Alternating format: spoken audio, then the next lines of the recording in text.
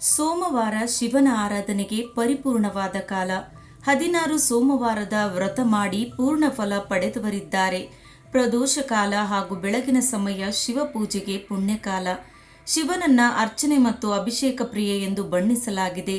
ಇದರೊಂದಿಗೆ ಶಿವನನ್ನ ಪಂಚಾಮೃತ, ಗಂಧ, ಪುಷ್ಪ, ಫಲಗಳಿಂದ ಆರಾಧಿಸುವ ಪದ್ಧತಿ ಇದೆ.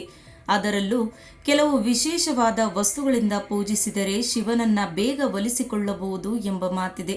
ಶ್ರಾವಣ ಮಾಸ ಸೇರಿದಂತೆ ಎಲ್ಲ ಮಾಸದಲ್ಲೂ ಶಿವಪೂಜೆಗೆ ಸೂಕ್ತವಾದ ಹಾಗೂ ಪ್ರಿಯವಾದ ಹೂಗಳು ಯಾವುವು ಎಂದು ನೋಡೋಣ ಬನ್ನಿ. 1. ಬಿಲ್ವಪತ್ರೆ. ಶಿವನನ್ನ ಆಚರಿಸುವಲ್ಲಿ ಪ್ರಮುಖ ಸ್ಥಾನ ಪಡೆಯುವುದೇ ಬಿಲ್ವ. ಏಕ ಬಿಲ್ವಂ ಶಿವಾರ್ಪಣಂ ಎನ್ನುವ ಮೂಲಕ ಜನ್ಮ ಜನ್ಮಗಳ ಪಾಪ ಪರಿಹರಿಸಿಕೊಳ್ಳಬಹುದೆಂದು ಪುರಾಣಗಳು ಹೇಳಿವೆ. ಶಿವನನ್ನ ಪ್ರೀತಿಪಾತ್ರವಾದ ವಸ್ತುಗಳಲ್ಲಿ ಪ್ರಮುಖವಾದ ಬಿಲ್ವವನ್ನ ಅರ್ಪಿಸುವುದರಿಂದ ಶಿವನು ಪ್ರಸನ್ನನಾಗುತ್ತಾನೆ ಎಂಬ ನಂಬಿಕೆ ಇದೆ. ಅಲ್ಲದೆ ಬಿಲ್ವವನ್ನ ಅರ್ಪಿಸುವುದರಿಂದ ಕಷ್ಟಗಳು ದೂರವಾಗುತ್ತವೆ ಎಂಬ ನಂಬಿಕೆ ಇದೆ. 2. ದುರ್ವೆ. ಗಣೇಶನಿಗೆ ಮಾತ್ರವಲ್ಲ, ಗಣೇಶನ ತಂದೆ ಶಿವನಿಗೂ ಅತ್ಯಂತ ಪ್ರಿಯ. ಶಿವನ ಪೂಜಾ ಕಾಲದಲ್ಲಿ ದುರ್ವೆ ಅರ್ಪಿಸುವುದರಿಂದ ದೀರ್ಘಾಯುಷ್ಯವನ್ನ ಪಡೆಯಬಹುದು.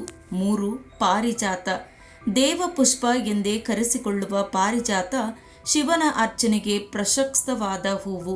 ಪಾರಿಜಾತ ಹೂವನ್ನ ಬಳಸಿಕೊಂಡು ಶಿವನನ್ನ ಪೂಜಿಸುವುದರಿಂದ ಸಂತೋಷ, ಸಂಪತ್ತು, ಸಮೃದ್ಧಿ ಹುಡುಕಿಕೊಂಡು ಬರುತ್ತದೆ ಎಂಬ ನಂಬಿಕೆ ಇದೆ. 4. ದತುರ. ಶಿವನನ್ನು ಸಂತಾನಕ್ಕಾಗಿ ಅರ್ಪಿಸಬೇಕು. ದತುರಾ ಪುಷ್ಪವನ್ನು ಅರ್ಪಿಸಬೇಕು. ಕುಟುಂಬದ ಬೆಳವಣಿಗೆಗಾಗಿ ಮತ್ತು ಸಂತಾನಕ್ಕಾಗಿ ಶಿವನಿಗೆ ದತುರಾ ಪುಷ್ಪ ಅರ್ಪಿಸಬೇಕು. ಕೆಂಪು ಕಾಂಡ ಹೊಂದಿರುವ ದತುರಾ ಬಳಸುವುದು ಮಂಗಳಕರ. 5. ಅಗಸೆ ಹೂವು. ಅಗಸೆ ಬೀಜದ ಹೂವು ಅರ್ಚಿಸುವುದರಿಂದ ಜನರು ಸಂಕಟಗಳಿಂದ ಮುಕ್ತರಾಗುತ್ತಾರೆ. ಇದರ ಜೊತೆಗೆ ಶ್ವೇತ ಪುಷ್ಪ ಅಥವಾ ಮಲ್ಲಿಗೆ ಹೂವಿನಿಂದ ಶಿವಲಿಂಗವನ್ನ ಅರ್ಚಿಸಿದರೆ ಮೃತ್ಯು ಭಯ ಹಾಗೂ ಮೃತ್ಯು ದೋಷ ನಿವಾರಣೆಯಾಗುತ್ತದೆ. 6. ಎಕ್ಕೆ ಪುಷ್ಪ. ಮೋಕ್ಷಕ್ಕಾಗಿ ಶಿವನನ್ನ ಅರ್ಚಿಸುವವರು ಎಕ್ಕೆ ಪುಷ್ಪವನ್ನ ಅರ್ಪಿಸಬೇಕು. ಎಕ್ಕದ ಹೂವಿನಿಂದ ಶಿವನನ್ನ ಅರ್ಚಿಸುವುದು ಪೂರ್ವಜರು ಸೇರಿದಂತೆ ಕುಟುಂಬದ ಮೋಕ್ಷಕಾರಕ ಎಂದು ಪುರಾಣಗಳು ಹೇಳಿವೆ. ಇನ್ನು ಕೇವಲ ಹೂವುಗಳಲ್ಲ, ಕೆಲ ಪುಣ್ಯ ಫಲಗಳು ಹಾಗೂ ಇತರ ವಸ್ತುಗಳನ್ನು ಶಿವನಿಗೆ ಅರ್ಪಿಸುವುದರಿಂದ ನಮ್ಮ ದುರಿತಗಳು ಪರಿಹರಿಸಿಕೊಳ್ಳಬಹುದು. ಹಾಲು ಅಥವಾ ಕ್ಷೀರ ಅಭಿಷೇಕ. ಪ್ರಿಯನಾದ ಶಿವನಿಗೆ ಕ್ಷೀರಾಭಿಷೇಕ ಅತ್ಯಂತ ಪ್ರಿಯವಾಗಿದೆ.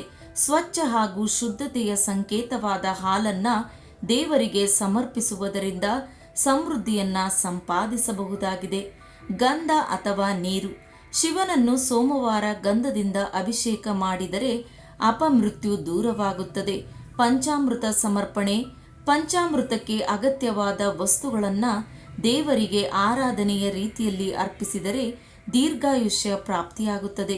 ಅಲ್ಲದೆ ಶಿವನಿಗೆ ಹಾಲಿನ ಅಭಿಷೇಕದಿಂದ ದೀರ್ಘಾಯುಷ್ಯ, ಜೇನುತುಪ್ಪದಿಂದ ಉತ್ತಮ ಧ್ವನಿವೃದ್ಧಿ, ಅಕ್ಕಿ ಮತ್ತು ಅಕ್ಕಿ ಹಿಟ್ಟಿನಿಂದ ಋಣ ವಿಮೋಚನೆ, ಕಬ್ಬಿನ ಹಾಲಿನಿಂದ ಆರೋಗ್ಯ ರಕ್ಷಣೆ ಹಾಗೂ ಶತ್ರುನಾಶವಾಗುತ್ತದೆ. ಇದೆಲ್ಲದರ ಜೊತೆಗೆ ಉದ್ದು, ಹೆಸರು ಹಾಗೂ ಅಕ್ಕಿ ದಾನ ಕೂಡ ಫಲಪ್ರದಾಯಕವಾಗಿದೆ. ಆದರೆ ಶಿವನಿಗೆ ಯಾವ ಕಾರಣಕ್ಕೂ ಕೇದಿಗೆ ಹಾಗೂ ಚಂಪಕ ಹೂಗಳನ್ನು ಅರ್ಪಿಸಬಾರದು.